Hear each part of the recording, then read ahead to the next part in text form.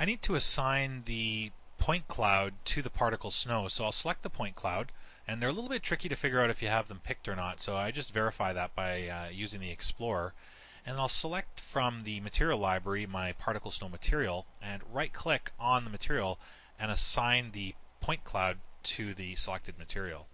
You can also use the materials assign material to selected object option as well.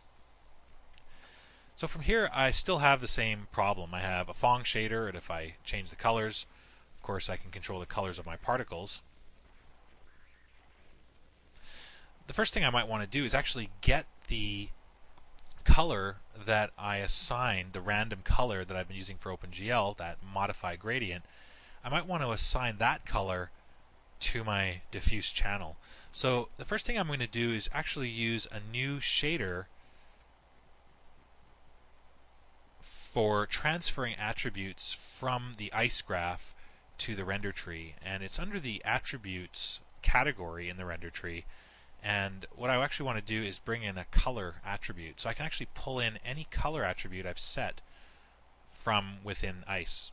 So I'm going to pull the color attribute in, and I'm going to connect it to the diffuse channel of the Phong preset. And if I double click on the attribute color, I can just use the default value, so which is the white, and I can sort of use the color range within here.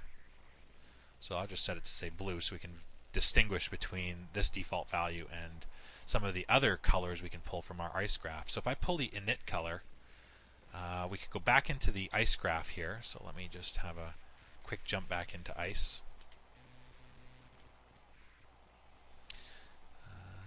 Let's see here. Or just pull the color, sorry.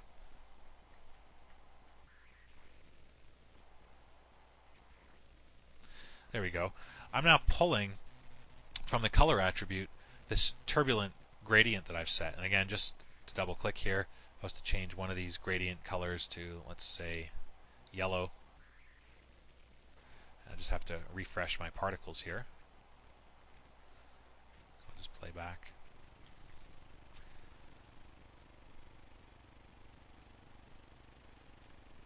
So we're getting some of these yellow particles mixed in now with the white particles.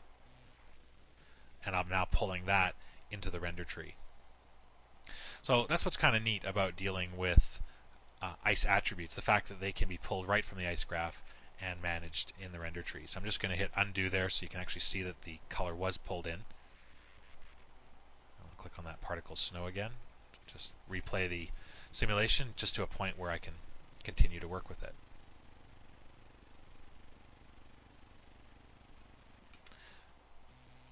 Okay, so we've solved the color problem now. Again, the color of the particles is always going to be a little bit darker, in the render tree than it is in OpenGL, because I am in a texture decal view. I could try mapping into the ambience of that same Phong shader as well, if I wanted to amplify the color a little bit. So that takes care of the color.